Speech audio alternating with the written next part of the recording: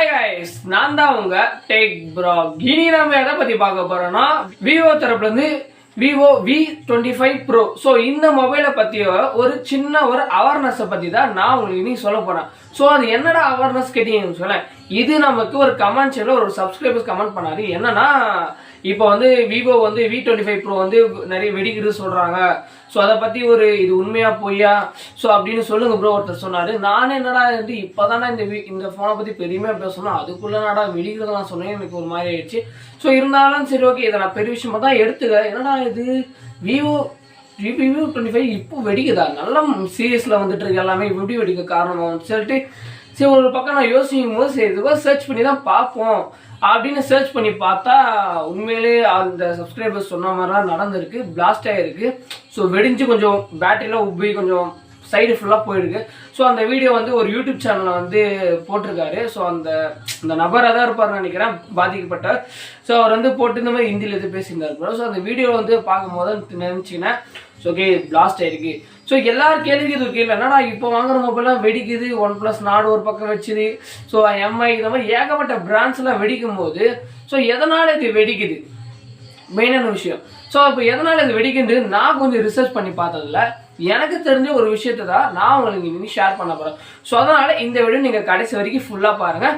So இதில் இருக்க சில டிப்ஸ் அண்ட் டிக்ஸ் உங்களுக்கு யூஸ் ஆகலாம். இல்லையா இந்த கேள்வி எனக்கும் இருக்குது, உங்களுக்கும் அந்த கேள்வி இருந்தால் நீங்களும் வந்து கமெண்ட்ஸில் கமெண்ட் பண்ணலாம். ஓகேங்களா? ஸோ வாங்க வீடியோவில் போகலாம்.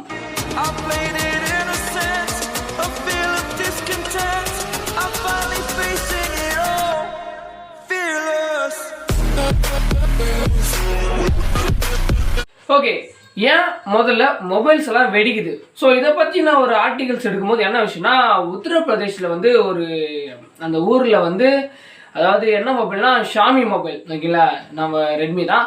ஸோ அந்த மொபைல் என்ன ஆயிடுச்சுன்னா சார்ஜ் போட்டு வச்சுருக்காங்க. ஸோ சார்ஜ் போட்டு பக்கத்தில் வந்து குழந்தை வந்து தூங்கிருக்கு போல். ஸோ அது ஓவர் ஹீட்டிங் ஆகிட்டு அந்த ஃபோன் வெடித்து அந்த குழந்தை இறந்து போயிருக்குன்னு சொல்கிறாங்க.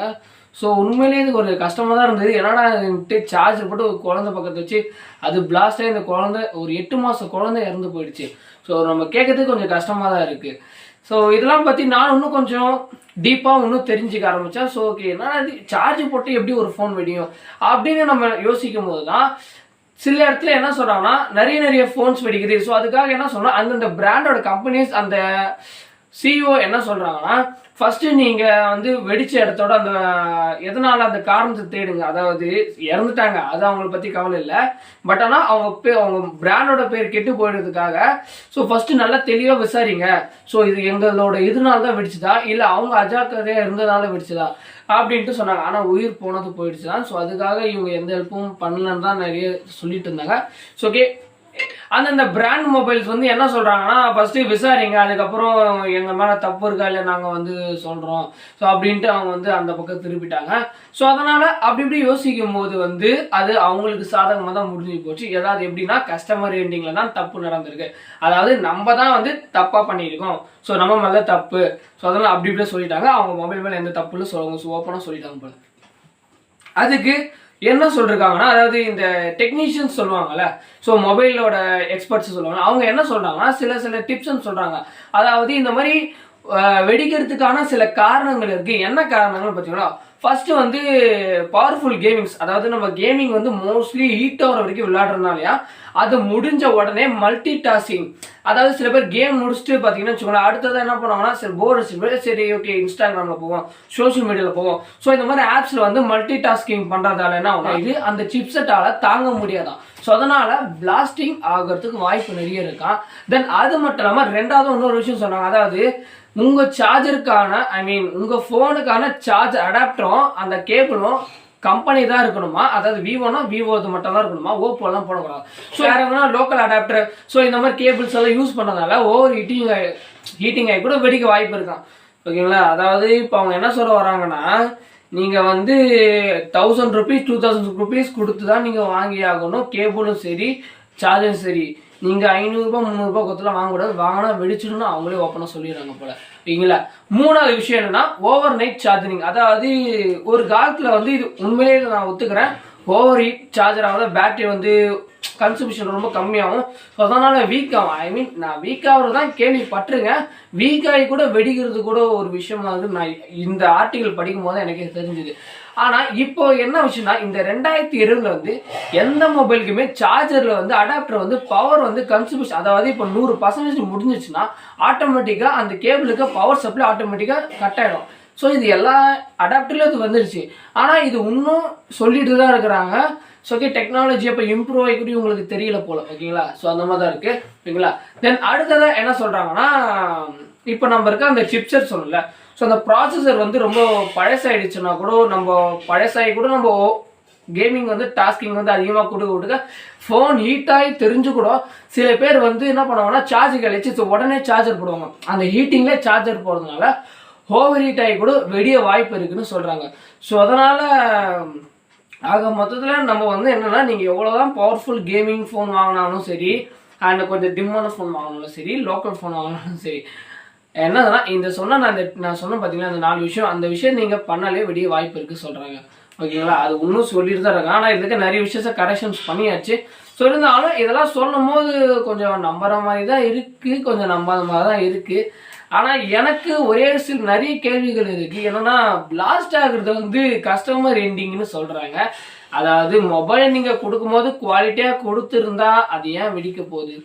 சில பிராண்ட்லலாம் இன்னும் ஐ மீன் இப்போது OnePlus நாட் இப்போ வெடிச்சுது. அப்புறம் வந்து இப்போ Vivo v25pro, தென் அதுக்கப்புறமா வந்து ஓப்போ சொன்னாங்க. அதுக்கப்புறம் வந்து நிறைய Xiaomi. ஸோ இதெல்லாம் வந்து பட்டாசு மாதிரி தீபாவளி மாதிரி அப்பப்போ வச்சுட்டு சொன்னாங்க. ஸோ இதெல்லாம் யோசிக்கும் போது ஏன் இது மேனுஃபேக்சர் ஃபால்ட்டாக இருக்கக்கூடாது? மேனுஃபேக்சரில் ஏதாவது ஒரு தவறுகள் நடந்திருக்கலாம். ஸோ அது நமக்கு தெரியாமல் இருந்திருக்கலாம்.